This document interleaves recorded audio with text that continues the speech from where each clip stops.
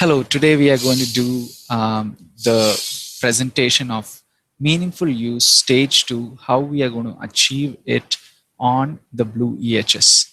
So first and foremost, I would like to give you an introduction of myself. My name is Sam T. Kuruvilla and I work for ZH Healthcare, um, the, the product makers of BlueEHS. And I'm going to give you a training on how to do meaningful stage 2 on our BlueEHS system. So as we are, I hope you can see my screen. This is the screen where from which I would like to give you an introduction of how BlueEHS has changed from being a stage 1 to stage 2. How the core measures and the menu measures that were in stage 1 has transformed and become into stage 2. Basically, in the stage 1 of meaningful use, there were 13 core objectives and 10 menu objectives. And out of the 13 core objectives, we had to, as a practice, achieve all the core objectives, all the 13 of them. And out of the 10 menu objectives, it was necessary to achieve 5 of the menu objectives. Now, going into stage 2, the change is that the core objectives have increased to 17 and menu objectives is 6. And out of the 17 core objectives, you have to achieve 17 of them, all 17 of them.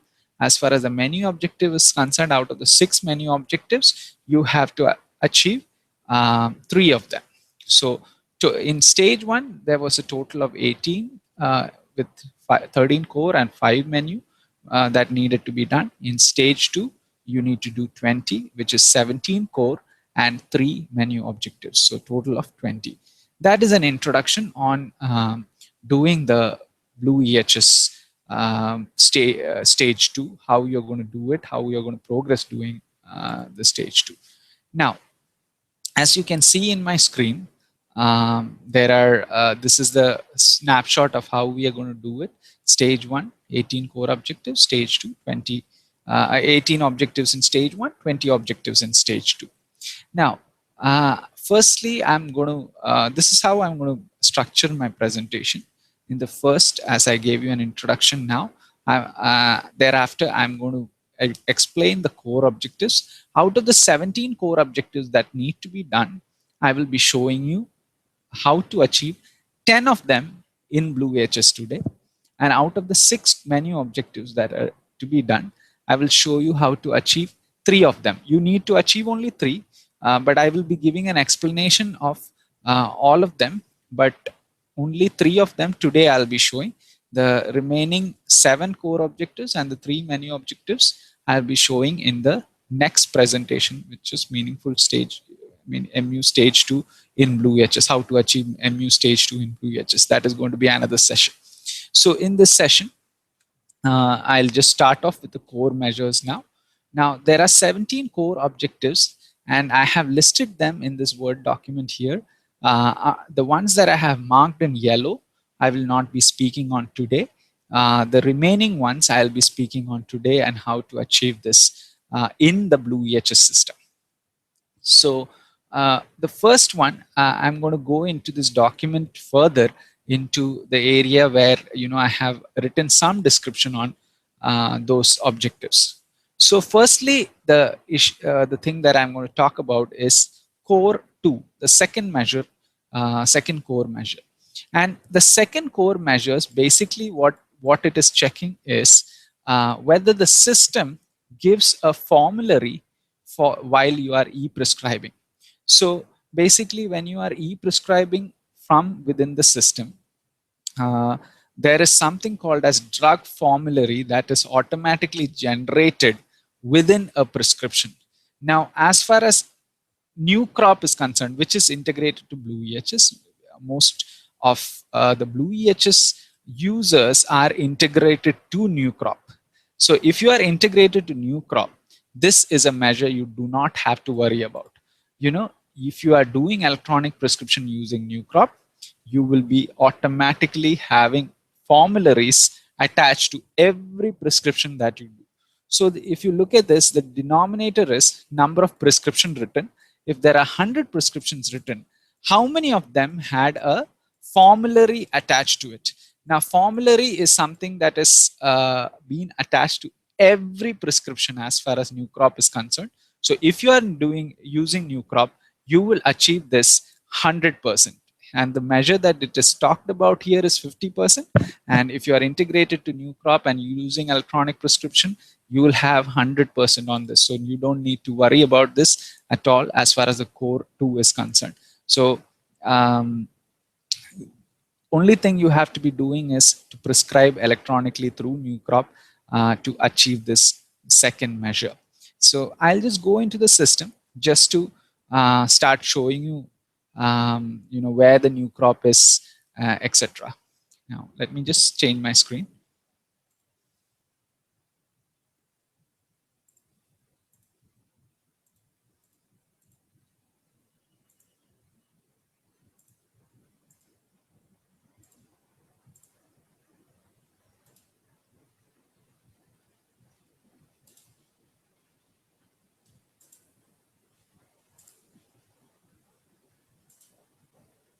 Okay, I hope you can see the new screen that I have taken, which is the BlueEHS screen.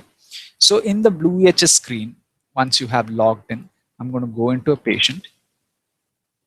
So when I go into a patient, as far as using new crop is concerned, for every provider who is using new crop, they will have an option called ERX within the patient demographic screen. So I have gone into a patient called MU test, and within the MU test, you have the e-prescription screen, which comes through this link called ERX. When you click on ERX,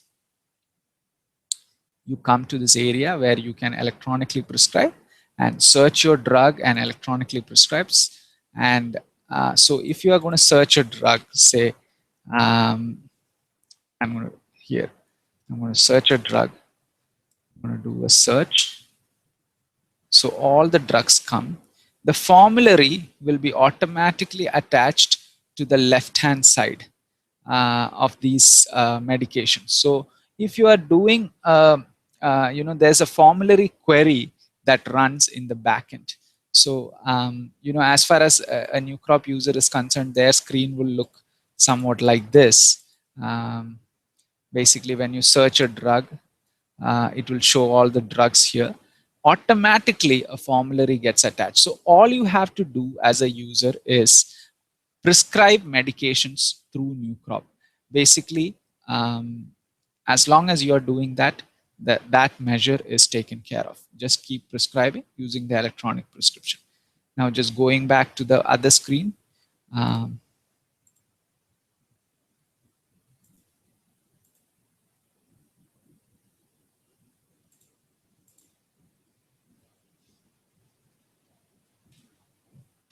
Hope you can see the screen.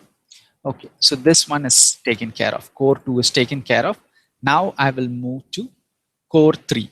As far as Core 3 is concerned, out of all the unique patients that come to your practice during the reporting period, 80% of the patients, you need to make sure that you have captured their date of birth, sex, race, ethnicity, and preferred language. Now, as far as BlueEHS is concerned, I will just go to that screen just a moment.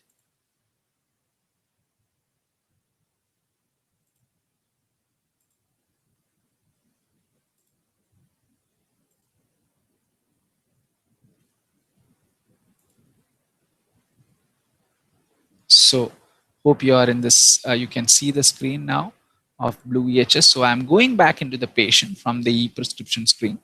Now, when you are creating a patient or you have, when a patient comes to your practice, you can edit their demographics using this edit button.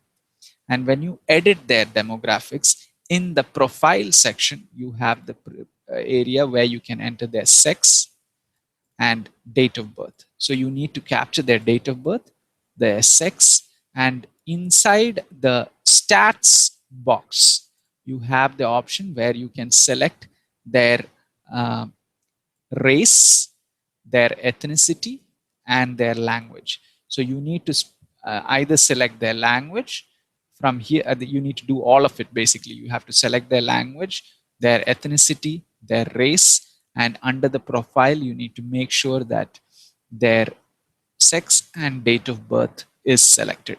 So that will make sure that you meet. You need to do that for 80% of the patients that come into your practice during that period of time. Now, going back into my document.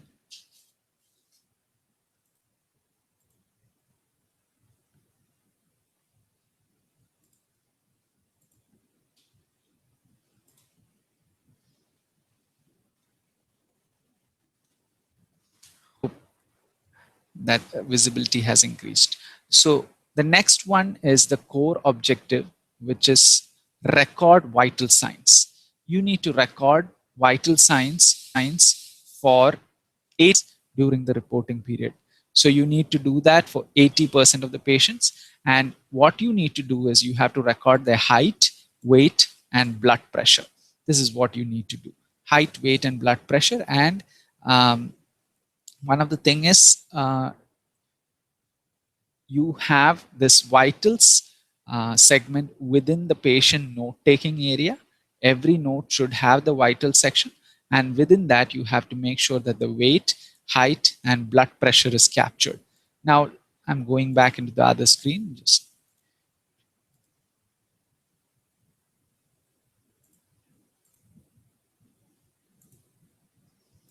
So going into BlueEHS. So I'm going into this MU2 patient and he has an encounter.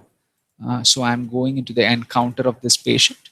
And within the encounter of the patient, there is this vital section. And within the vital section, you can record the weight, height, and the blood pressure as you might need.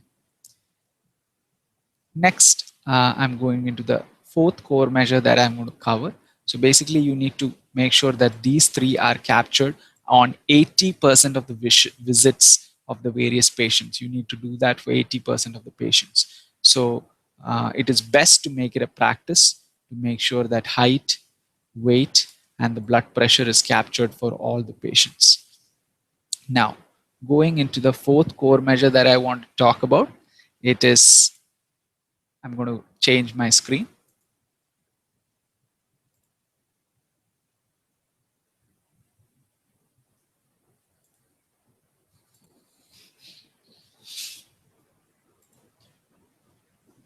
Change my screen. So this is the fourth core measure that I'm going to talk about today, which is record smoking status. As far as smoking status is concerned, out of the patient that come to your practice to visit, you need to record their smoking status. 80% of the patient's smoking status need to be recorded as long as the patient is 13 years or older. So you need to make sure that for 13 years or older, you record the smoking status. So going into the BlueEHS once again to show you.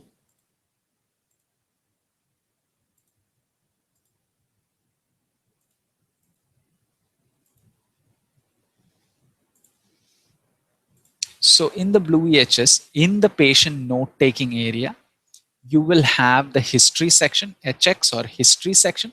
Under the history section, under the vital lifestyle history, you will have an area called tobacco.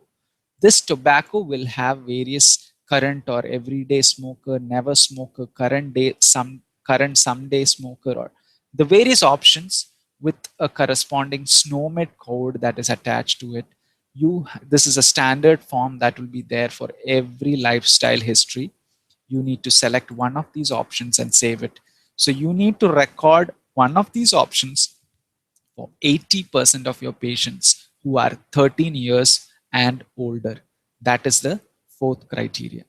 So I will go back into my Word document. So I have discussed 4 criteria. So I'm going into my fifth.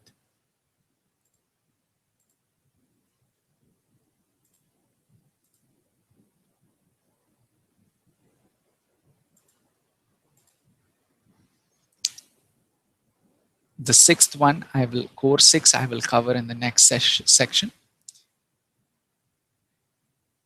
the core set 7.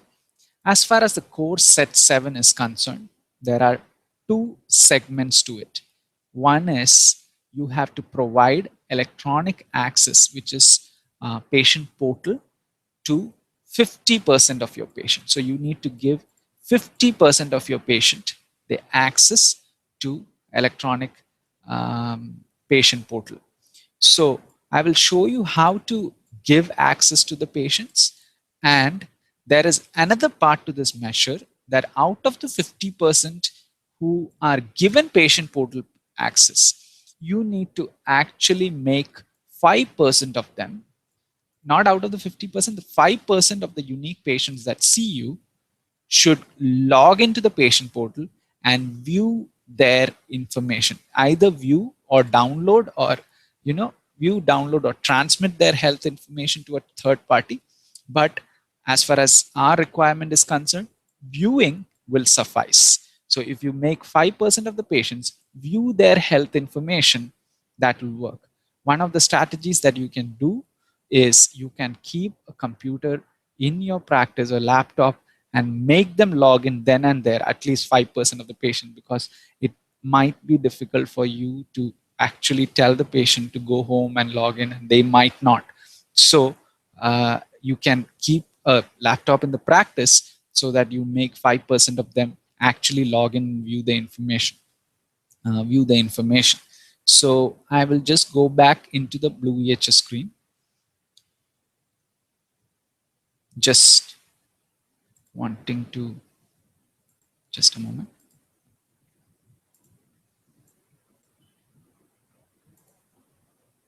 So going back to the BlueEHS screen, as far as a patient portal is concerned, to give 5% of the patient access to the electronic patient portal, you need to do the following. One, you need to click edit on the demographic information. First of all, you need to give a contact email, because patient portal registration email is sent to the patient's email ID. So I'm going to just give an email ID. Just give me a moment.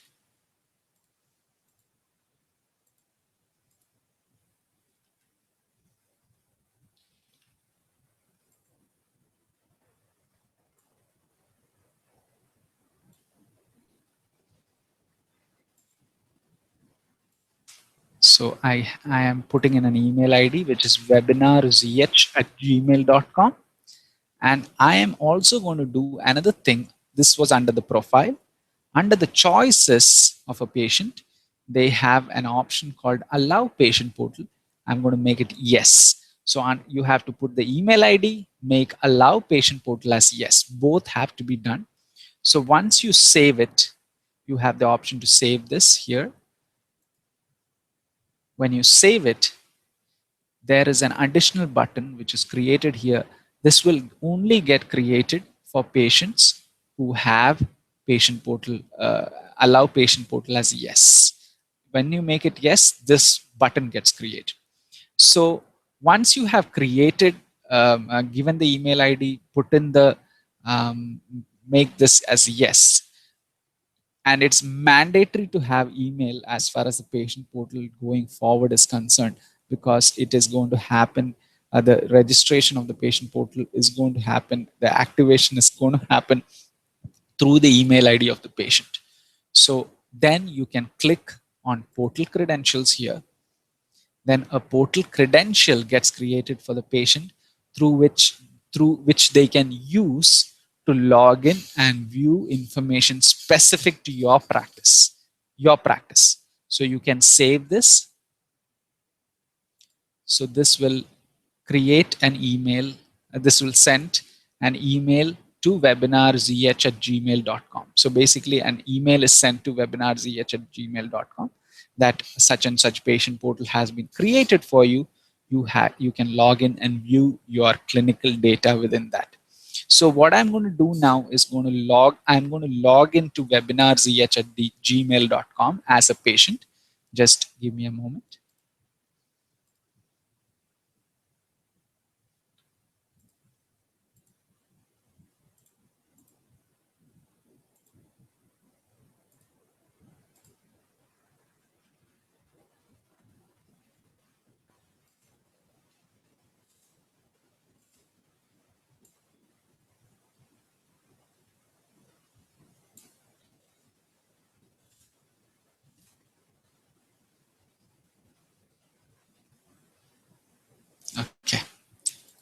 I'm just going to change the screen to the email screen.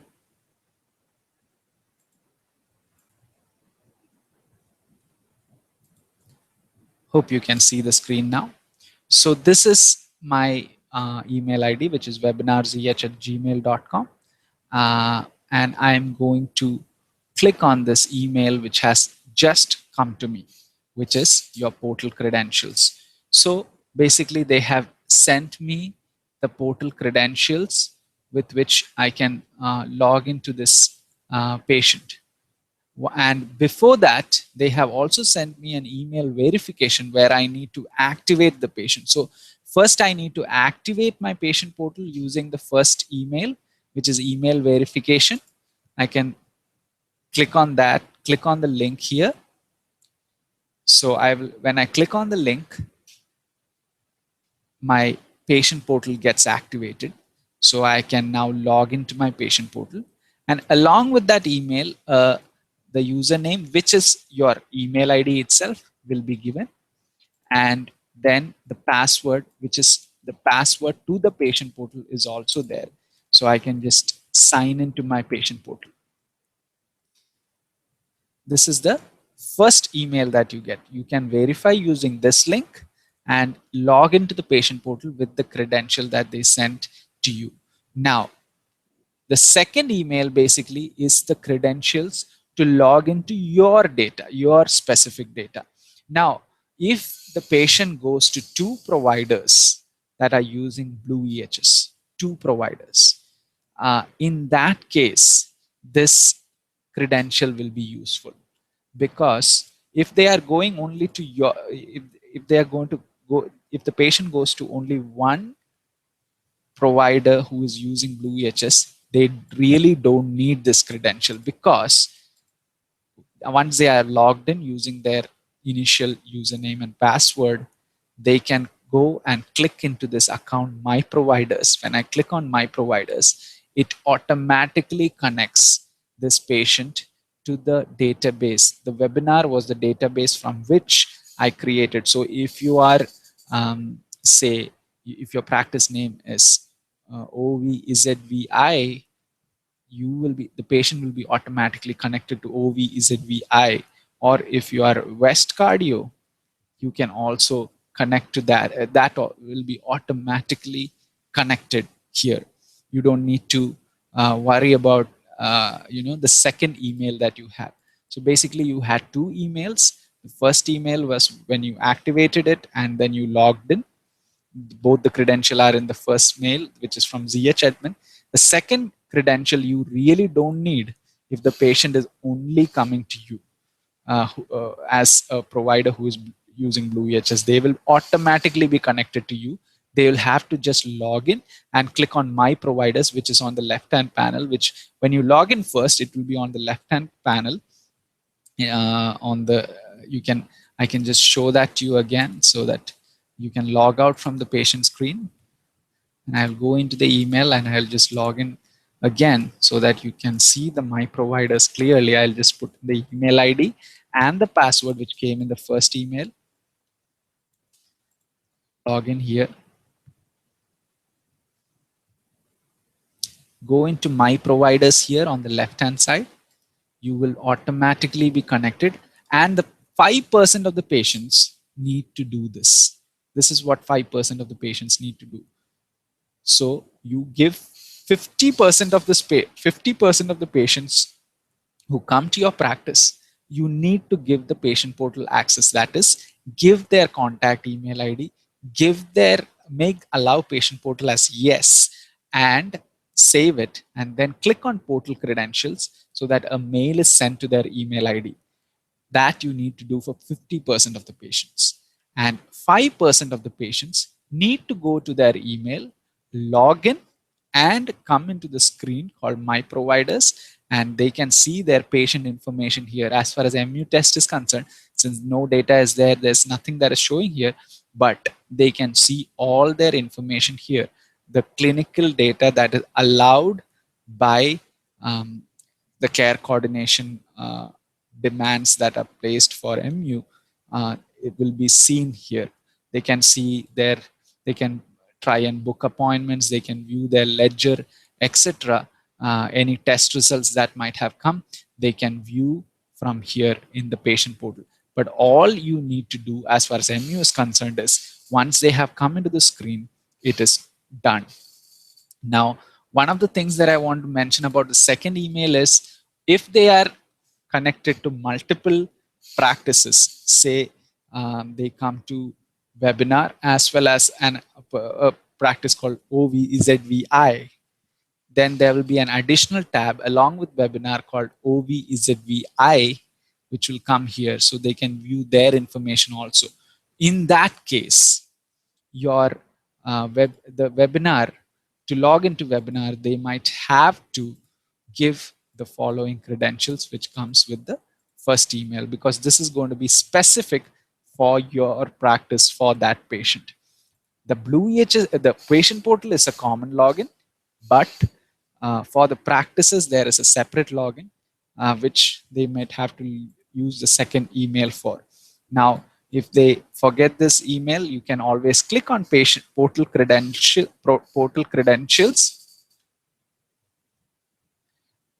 just to review it, because I believe we have not been seeing the screens. Just to review the whole thing, I'm going to make show the patient portal.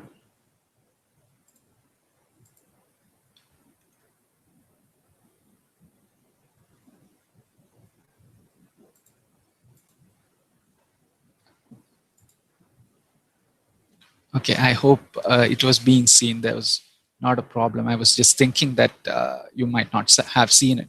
So you are seeing the mail and the relation between the email and the patient portal. So I don't think it was a problem. Basically, that is the process which we have to follow. 50% of the patients, you need to go into the BlueEHS, give their email ID, make allow patient portal as yes, click on portal credentials. The two emails will go to their email ID, one with the activation link as well as the initial login credentials. Second email will go with their username and password for the specific practice, and they don't need to use that necessarily. Once they log in, they have to click on My Providers on the left-hand panel that is there on the patient portal to view the information of clinical information of the patient pertinent to the practice that they are looking for. And once they have viewed, that need to be done by 5% of the patient. Now, let me just go into the document.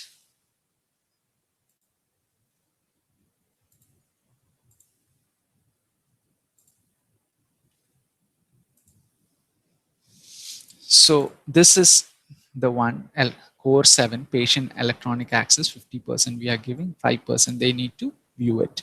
Now I'm going to jump a few core sets just to show something else in the patient portal itself. From 7, I'm going to jump into the last core set, which is 17, because it is also related to patient portal.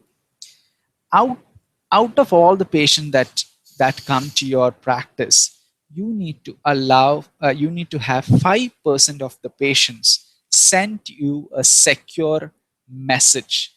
5% of the patients need to send you a secure message.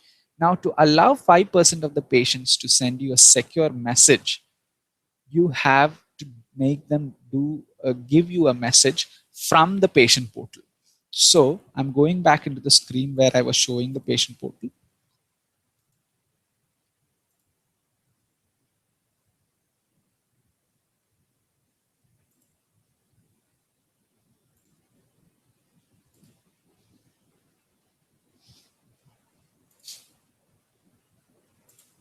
So if you look at the patient portal, there is a segment called messages. So 5% of the patient who log in, you can also ask them to send you a message. So webinar has 3 providers. So if I go into the messages section, which is here, you will reach an area from where you can compose messages.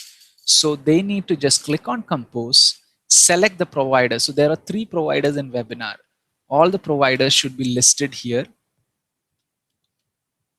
So Shahzad Hashim and the facility of that provider. So you just put them here and send a message, hi doctor, or whatever. And you can put the content also and send this message. Now, this is MU2 sending the message. Now, as far as the doctor is concerned, they will receive this message. I'm going to show the BlueEHS screen to show how the doctor will receive the message.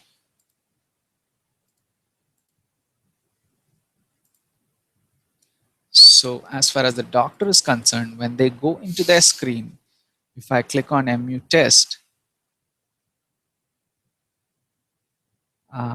yeah, Shahzad Hashim, when he logs in under this messages section, this is because I am logged in as administrator or Wasik, I'm not seeing. When he goes into the messages area, he will see the message sent by patient MU test from the patient portal.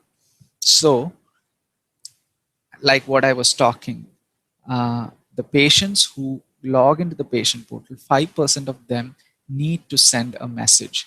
So I'll just go back to the patient portal screen just to review it. I'm sharing the screen. So in this area, you have to click on messages, click on compose, select one of the providers who is using this BlueEHS, put in a subject, some content.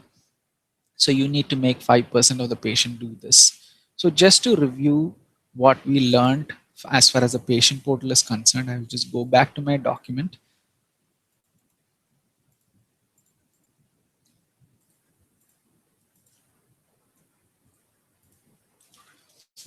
In core 7, you need to give 50% of the patient access. 5% of the patient needs to log in and view the clinical data, and 5% of the patient also need to send you a message. So one of the best practices or best way to get this done would be keep a system in this office, at least 5 to 10% of the patient. You ask them to log in and check their clinical information and just verify using the messages that they got the information. So if 5% or 10% of the patients are made to do that before they leave the office, you will meet both core 7 and core 17. So that is about it. So basically I have covered 2 now, basically core 7 and core 17. So in total, I have now covered 6 out of the 10 core sets. Now I'm going to moving on to the core 8. I will cover in the next session. Core 9, protect electronic health information. Now, to protect the electronic health information, there is a security test, that security analysis that needs to be done on a yearly basis, or on an yearly basis, which was being asked to be done during the phase 1 or meaningful use stage 1. Also, you need to continue doing that as far as meaningful use stage 2 is concerned. You need to do the protect electronic health information, that security analysis, that need to conduct a review or a security analysis at the practice by using some consultant. As far as the BlueEHS is concerned, we will do a set of security analysis at our end as to how things are hosted in the cloud and what are the security measures. We'll take care of that. But somebody needs to come to the practice and check how the security is, the processes for the providers are as far as the security is concerned. There is a link, CMS link, that you can use for practice to know what are the security measures that needs to be followed as far as the practice is concerned. So this is the link for doing the same. So that was core 9, protect electronic health information. Now let me take you to Core 10 I will cover in the next. Core 11 is patient lists. So as far as the patient list is concerned, the only thing that is there is the EMR needs an ability to pull patients based on specific conditions or specific diagnosis, specific allergies, or those sort of things. And the EMR does have that. There is no percentage associated to it. It is the capability of the EMR to do this. So let me just show you this in the EMR screen. So I'll just make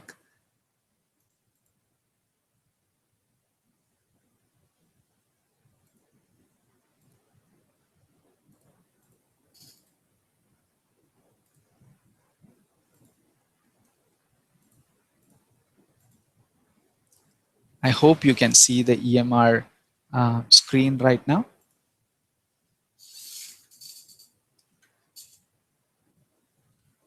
So in this, if you go into the menu, you have the option right under reports called patient lists.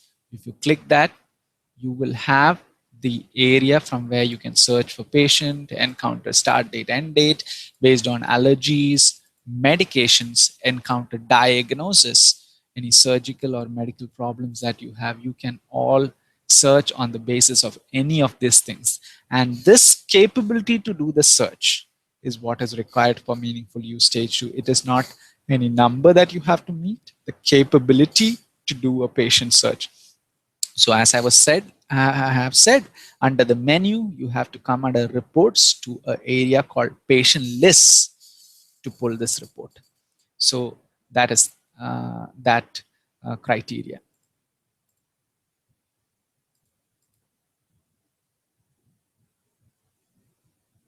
Now going back to the Word document, I'm going to just share it once again so that I can go to the next one. So the patient list one is over. I'm not going to do preventive care this time. Patient specific resources.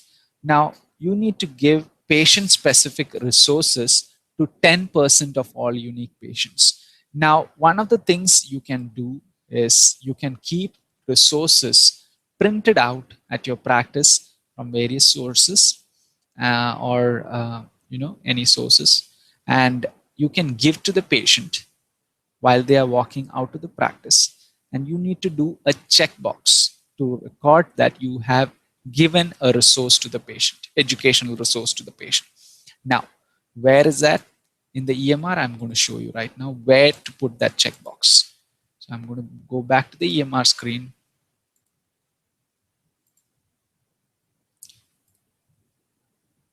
So in the EMR screen, I'm going into the encounter view. So when you are in the encounter, there is going to be a widget called encounter summary. So if you look at it, there is an encounter summary. In another view, the other views of this BlueEHS, there might be encounter summary on the bottom left-hand corner. But anyway, the encounter summary view will have a checkbox. And if you provide the patient with a resource, make sure that this provide educational resources is checked, and you just update this. When you update this, after having checked that checkboxes of provided educational resources, it gets counted. And you need to do that for 10% of the patient. You need to give them electronic information. You need to give educational resources to 10% of the patient.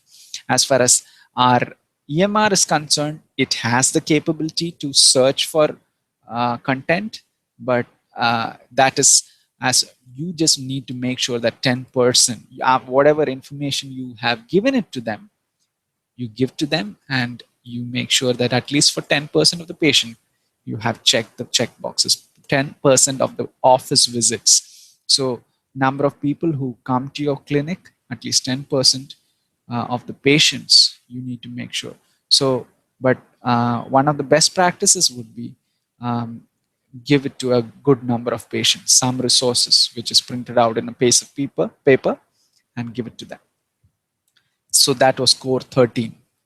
Now going to core 14, I'll cover in the next one. Core 15 again, I'll cover in the next one. Core 16. As far as the core 16 is concerned, it is related to immunization registries.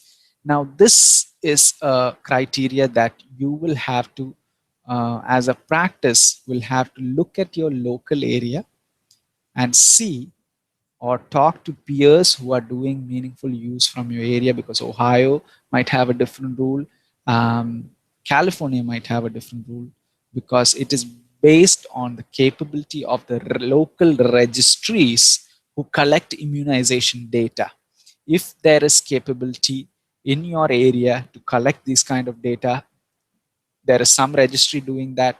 You might be able to talk to your peers to find out what registry.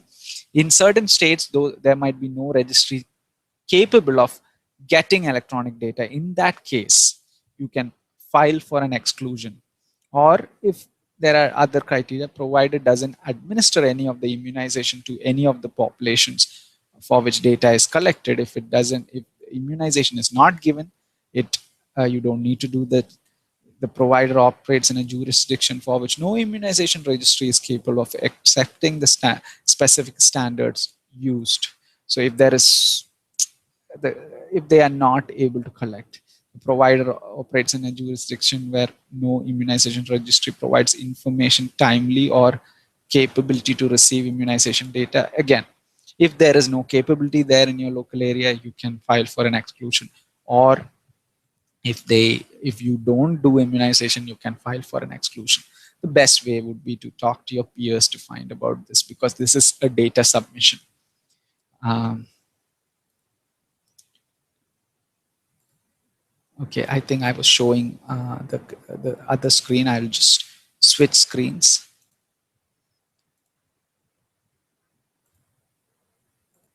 Yeah, so this is core 16 immunization registries data submission. So as far as our system is concerned, there is the capability to pull the data based on the immunization that are administered in the practice. So I will show you in the EMR how to pull that data. But one of the things I would like to mention at this point is you will have to find out what are the registries in your local area that, and if they have the capability properly, the best people to talk to you will be your peers, and find out if there is any registry there that will allow you to submit this data. And how often they need the data is also something that you'll have to find out from the local registry. If they say they need it on a weekly basis or on a monthly basis, you can provide it to them through our system. We will show you the area in the system from where you can pull this report. So I'm going to bring back the EMR. Sorry, I think I was again not presenting. I think now it is clear. You need to do immunization registry data submission. Uh, you don't do it if you don't do immunization. Don't do it if there is no registry capable of accepting this information. I'm going to go to the EMR.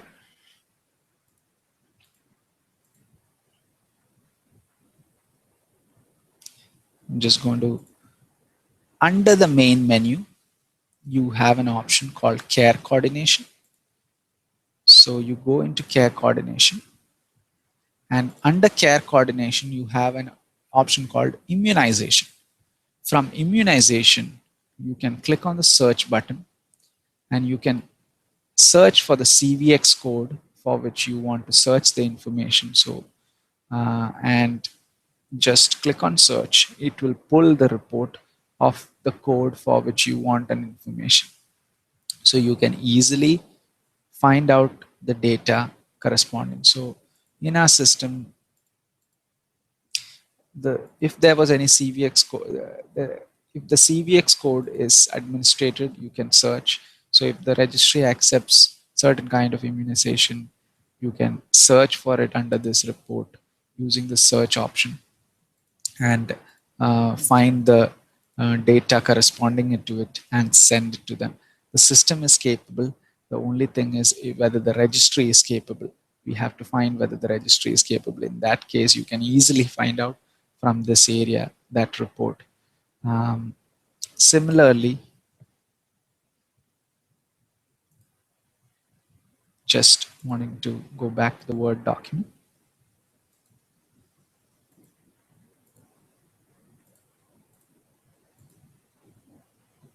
Yeah. Hope you can see this. So that is the thing with the immunization registry. So under main menu, you go into care coordination, go into immunization. You can pull up the report for the immunization. So that is the end of the core part of it. I have talked about the 17th use secure electronic messaging. So basically I have talked about 10 out of the 17 core sets. What I have talked about today is I'll just run through the core sets once again that I talked about. First was electronic prescribing. Second was record demographics.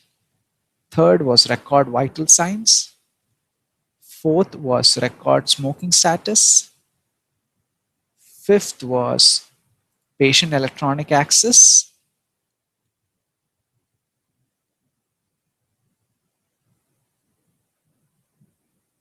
Sixth was protect electronic health information. Seventh was the patient list. Eighth was patient specific educational resources. Ninth was the immunization registries, for which you have to go into the, as I said lastly, into the care coordination, immunization. And 10th, I covered the secure messaging, which is done from the patient portal. So that those are the 10 core measures that I am covering today. Now there are three menu measures out of the 6 that are there. There are 6. I'm going to cover 3 of them. One is syndromic surveillance data submission, electronic notes, and family history. Now, syndromic surveillance data submission, as far as the menu set is concerned, is very similar to the immunization one that we have talked about. Again, if there are local public health agencies, if they have a system of collecting data, like operates in, if there is nothing, like if they don't have any way of collecting in your jurisdiction, or if you are in a jurisdiction for which no public health agency can collect these data, you are okay. But otherwise, you need to find out how often they accept this data and provide this data to them. So again, just like the other one, our system has a capability to have the report. The best thing, again, as far as this is also concerned, is talk to some of your peers in your local area to find out what is a syndromic surveillance health agency, that public health agency that accepts that kind of a data. In that case, our system is capable. I'm going to show you the capability of the system. So I hope the system is being seen by everyone. So just next to the, just under care coordination, same way, next to the immunizations, there is a syndromic surveillance box. You can search based on a diagnosis. So suppose they collect based on a particular diagnosis, those diagnoses will be listed here. You can do a search for any patient under any provider which has this particular diagnosis and pull a report, and that can be sent to whomever you want to send it to. So one of the things that to bring a diagnosis into this area where you can make it searchable under this syndromic surveillance is you have to go into, I'm going to the second bullet, I'm going into the sub menu, I'm going into code types. If you want to make a diagnosis searchable, you click on the ICD-10 diagnosis here, click on search code. You have all the ICD-10 diagnoses. So I want to make, say, typhoid fever as reportable. You can do this at any point of time. You just click on edit button here, click on diagnosis or reporting checkbox here, click on update. When you do that, if I come into the third bullet and I'm just going to reload using the care coordination, go into syndromic surveillance and click on search. You see the second diagnosis, which was the typhoid fever, which is A01.0. That is also listed. So you can pull a report based on either of it for any duration of time using the date range, or for any particular provider if you like. So basically, this report can be created, generated, and sent to them in the format that they need. Only thing is, you need to find out whether there is some public health agency accepting data on this. And again, as I said, that varies from jurisdiction to jurisdiction. Ohio is different, California is different, and different people have different capabilities. Some people have higher capabilities. In that case, you will have to do it. This is the one for immunization again, and one for syndromic surveillance. Again, as far as CVX codes or the immunization codes, you can check on the code types again and do a search. You can find it. And this is something, this is the CVX codes that are there in the system. Just wanted to mention that you can search for any diagnosis code using this option. So if you just want to search for CVX codes 1, you put in this one, diphtheria. You want to search for 2, which is poliovirus. I'm just running through the immunization. You can do a search on this. It should there's nothing to display because there is no patients in the system that has been given these kind of things. In that case, immunization, if there are patients with a diagnosis or with an immunization code, they will search from this area. So the syndromic surveillance is the first menu measure, and this needs to be reported on the basis of on a basis where they ask you to report the local area, the jurisdiction, public health agency, how they ask you to do so, you have to do that. But the challenge, or the initial challenge, is to find out from somebody or the peers, how do we to talk and find out what are the registries or what are the public health agencies that accepts these kind of data. Next, I'm going into the Word document again to go into the next criteria so that I can show it. So that was menu 1.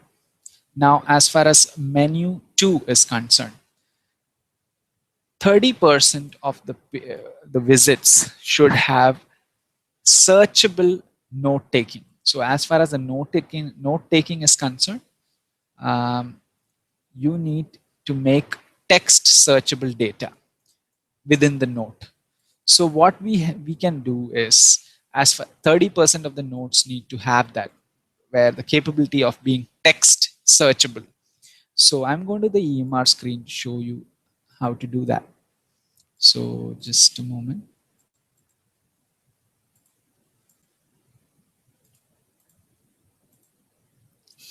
So I'm going into the EMR screen. Hope you can see the screen. Yeah. Now, this is something that the administrator need to do. Now, as far as your forms is concerned, you have to select the forms that you use maximum number of times. If you are a person who you will always do the chief complaint and the HPI, I'll just go into the second bullet, go into the sub menu here. There is something called as forms administration. This only the administrator will be able to do, but they have to make a choice and do it. So if you click on forms administration, suppose chief complaint and the HPI are the ones that you will always do in your practice. Just this MU data column, you have to make MU data enabled. So if you're making it enabled, so whatever you do for every patient, make MU data enabled. So then when you go into the encounter, the chief complaint and the HPI,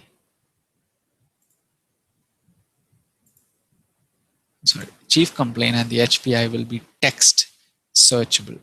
So there is a capability that comes automatically, which makes it text searchable. So you have to make sure the MU data under forms administration is enabled for all patient, all at the beginning for the forms that you are going to do often.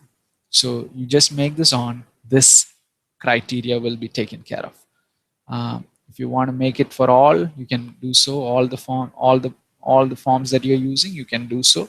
But all the forms that you have in your system will be here, and you can just make the MU data enabled to make sure that you meet this electronic note criteria.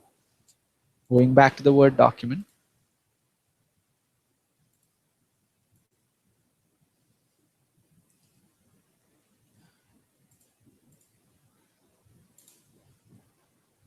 hope you can see my screen. I'm going to skip menu 3 and going to show you menu 4. This will be the last one for today, which is family health history. So as far as the family health history is concerned, for 20% of the patient, you need to note a primary relative of the patient. So if you go into the BlueEHS, I'm going to go into BlueEHS.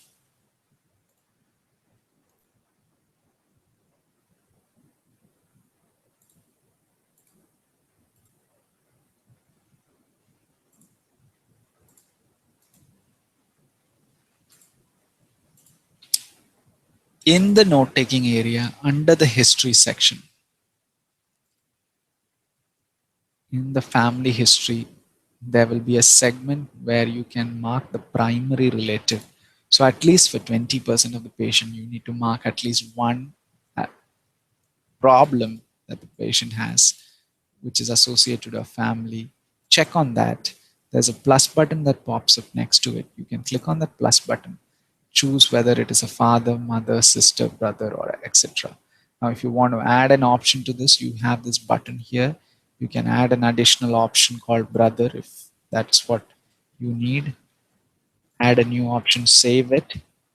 Once you have done that, when you click on the plus button here, you have the 4 options. So you can check the brother here. Sorry, you can check the brother here on this after clicking the plus button and save the family history. This will take care of, this will be counted as 1. Similarly, you have to do so for 20% of the patient that comes into your practice. You need to note the family history. So that's the core menu measure number 4 that I was talking about. So let me just bring you back to the uh, Word document to just quickly show you what we went through today.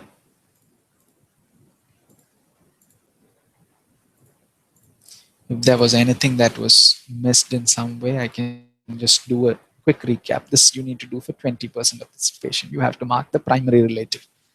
So let me just go scroll through the Word document. So we have discussed 10 out of the 17 core objectives. And first one was ERX, where e-prescription, where you need to give a formulary. All you need to do here is to do electronic prescription. Secondly was record demographics. Within the demographic area of a patient, in the profile, you have an option to put the sex and the date of birth. And under stats, you have preferred language, race, and ethnicity. You need to do that for 80% of the patients who come. Vital signs is in the note-taking area. You need to do that for 80% of the patient. Height, weight, and their blood pressure need to be captured. Fourthly, we looked at record smoking status. This is under the lifestyle history. One of these options you have to select from the tobacco in the lifestyle history. This you need to do for patients who are 13 years and older, for 80% of the patients who are 13 years and older. Fifthly, what I talked about was patient portal. You need to give access to 50% of the patient by putting their email ID and their allow patient portal under choices as yes, and give them the credentials. Then 2 mails will be sent to them. From the first mail, at least 5% of the patient need to go and activate their account, log in, go into my providers and view their clinical information. 5% of the patient need to do that. And the core 17, I will just talk about now itself. Those 5%, 5% of the patient needs to send a message back to the doctor from the messages area as well. Then I will go into the sixth one that I talked about today. This is the area that sixth one was protect electronic health information. You need to do a security analysis of your practice. Seventhly, the patient list. This is a capability that the system has under the main menu, under reports patient list. You can search by allergies, medications, etc., diagnosis, etc.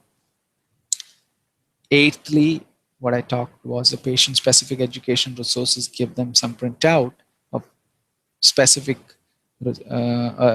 education resources and check the checkbox under the and encounter summary called provided educational resources. Ninthly, what I talked about was the immunization.